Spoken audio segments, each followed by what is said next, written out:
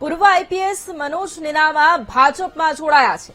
શામળાજી ખાતે મંત્રી પીસી બરંડાની હાજરીમાં તેઓ ભારતીય જનતા પાર્ટીમાં જોડાઈ ગયા છે। 2 દિવસ પહેલા આઈજી પદેથી તેમણે રાજીનામું આપ્યું હતું। પૂર્વ આઈપીએસ મનોજ નેનામા જ હવે ભારતીય જનતા પાર્ટીમાં જોડાયા છે। તેમના રાજીનામા બાદ અનેક અટકળો પણ સેવાઈ રહી હતી કે તેઓ ભારતીય જનતા પાર્ટીમાં જોડાય અને આજે તેઓ શામળાજી ખાતે મંત્રી પીસી બરંડાની હાજરીમાં ભાજપમાં જોડાયા છે।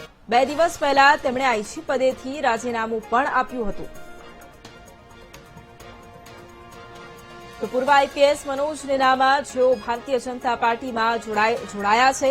અનેક મહત્વપૂર્ણ એવા કેસો હરણીકાંડની વાત હોય કે પછી અન્ય મહત્વપૂર્ણ કેસો જેમાં એસઆઈટીનું ગઠન કરવામાં આવ્યું હતું અને તેમાં તેમને ખાસ જવાબદારી પણ સોંપવામાં આવતી હતી। અને આજ મુદ્દે સંવાદદાતા રાકેશ ફોન લાઈન પર છે। રાકેશ, પૂર્વ આઈપીએસ મનોજ નેનામા જે અનેક અટકળો હતી કે તેઓ ભાજપમાં જોડાય અને હવે તેઓ ભાજપમાં વિધિવત રીતે જોડાઈ ગયા છે, અત્યારે આ મુદ્દે વધુ શું વિગતો? જે રીતે રાજ્યના વધુ એક આઈપીએસ જે ભાજપમાં જોડાવાના જે અટકળો હતી તેને લઈને હાલ જે મનોજભાઈ નેનામા છે તેમને હાલ ચેતરિયું ધારણ કર્યો છે। શામળાજી ખાતે આ કાર્યક્રમ દરમિયાન તેમને ચેતરિયું ધારણ કર્યું છે।